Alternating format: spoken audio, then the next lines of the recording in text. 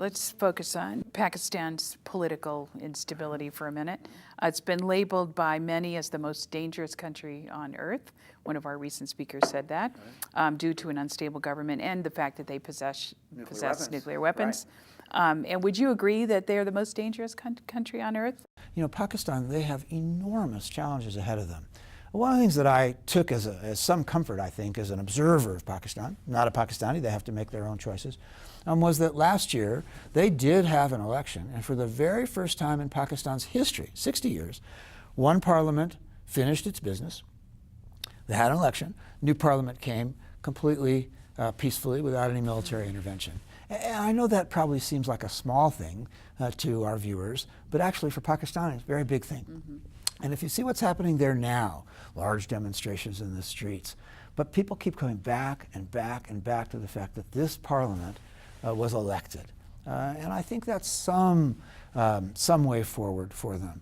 But I say they have an enormously long way to go. And it isn't just a question of kind of how they structure their democracy. It's about how they feel about terrorism, you know? That all terrorists are bad. You can't choose between terrorist groups. How they feel, as we were saying before, about opening up their country to foreign investment and trade, and especially in the areas of rule of law. How they accommodate, you know, the ethnicities in Pakistan as part of an integrated whole. So there's a huge amount of work to do.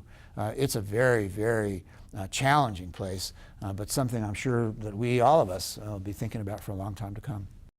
A lot of Americans believe that Pakistan harbors terrorists. Somehow, or some parts of their government or some parts of their society, you know, tend to tolerate other groups, like, for example, groups that attack India, or some groups that are active in Afghanistan. And certainly in the 2 years that I had the responsibility of taking these questions on of Afghanistan and Pakistan, among the first things we always said at any level to Pakistanis was, first of all, you got to deal with the safe havens that are currently available for the Afghan Taliban inside of Pakistan.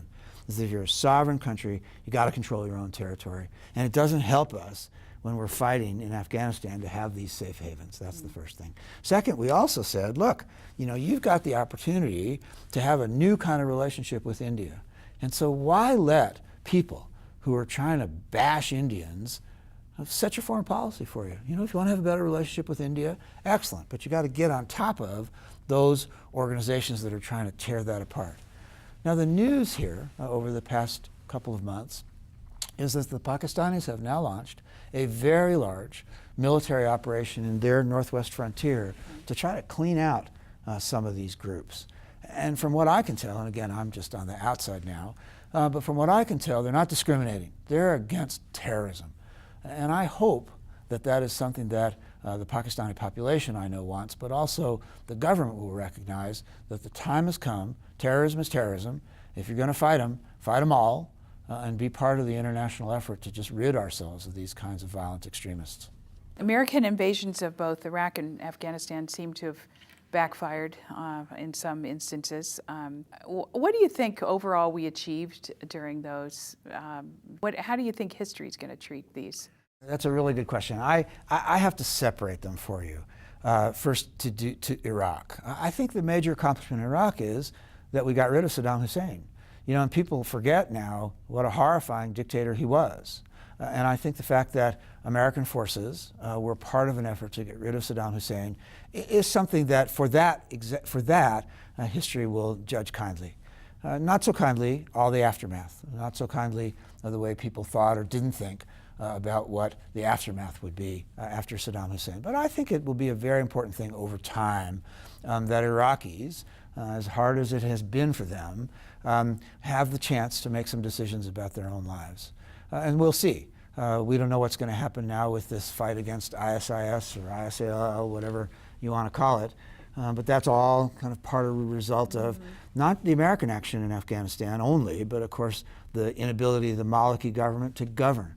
You know, I think most Americans, when they look back on this, will say, you know, we tried to give these people a chance And it was hard for them to grasp that chance. We'll see. Yeah. On Afghanistan, and again, I recognize my bias here, on Afghanistan, I think the story is substantially different, which is to say that Afghanistan is not the same country that it was in 2003. It's different. Is it perfect? And by no means. They have enormous problems of corruption and, as you said, still kind of dealing with the efforts to integrate women into society. There are security questions, all kinds of questions in Afghanistan. But Afghanistan's a different country than it was in 2003, and I believe, Karen, if you kind of had this horrifying dream, that the Taliban would come back tomorrow and knock, knock, knock on the door and say, hey, we're going back to 2003, the vast majority of Afghans would say, no, we're not. We're not going to do that. We've changed our society. Now, as you said, that's at enormous cost to Afghans, to Americans, to our friends and our allies. But I think there's a difference there, and I think over time, history will look more kindly on the effort we made in Afghanistan. I think you joined the Foreign Service in the mid-'70s. In 1976. And you've served our country for many years. Thank you very much. Thank you. How have things changed? How's America's approach to diplomacy changed from the point of view of someone inside the State Department? Well, thank you very much. And it was an honor to serve the United States for all those years. I'd say two things. One is that the job of diplomats has changed enormously since 1976. When I joined the Foreign Service, I got some training. I went to Pakistan in 1977 as a junior officer. And our job there basically was to observe and report what was going on and then send information back to the State Department so that other people could tell us what to do next. And now we send people abroad with huge programmatic responsibilities. We say to them, support sustainable development, stop the trafficking in women and children, deal with counterterrorism, counter narcotics. And all of those things are active things. They're not things that depend upon reporting. And reporting's still important, don't get me wrong, but the vast majority of our people abroad now are really on a front line of activity and of pressing forward America's agenda. And I think that's a very interesting thing. Part of it also in change is that, when I think about my first post in Pakistan, there was no CNN, there was no Al Jazeera, there was no internet, there was no cell phone. And so now the speed of communication is enormous. And so people have some very creative work to do to try to keep up with that and make it part of our diplomacy. The other piece of that is that there are all these new issues. People weren't worried about Ebola in 1976 or climate change in 1976. Those are transnational issues that need large coalitions with which to solve them. The other thing that I hope that your viewers would appreciate is the State Department itself has changed. In my last job, when I was recalled to the State Department, I had an office really near the cafeteria, which was great. And people would say to me, they'd ask me that same question, what's changed here since you retired in 2005? So 6 years later. I said, come with me. And I'd say, look at this cafeteria, what do you see? You see more people, thanks to Secretary Powell, Secretary Rice, and Secretary Clinton. You see more people, they're younger, and they're much more diverse. And so therefore, they do a better job in representing what America is all about today. And so the substance of the job has changed, and my goodness, the people that America employs now as diplomats around the world, they have a lot to be proud of. And would you recommend the career? In a heartbeat, absolutely. Yeah. One of the things I like to do best is talk to student groups. And my view is that the time I spent in public service, the time I spent working in an office where the American flag flies, were great. It was a great honor. And so I think public service is an important thing.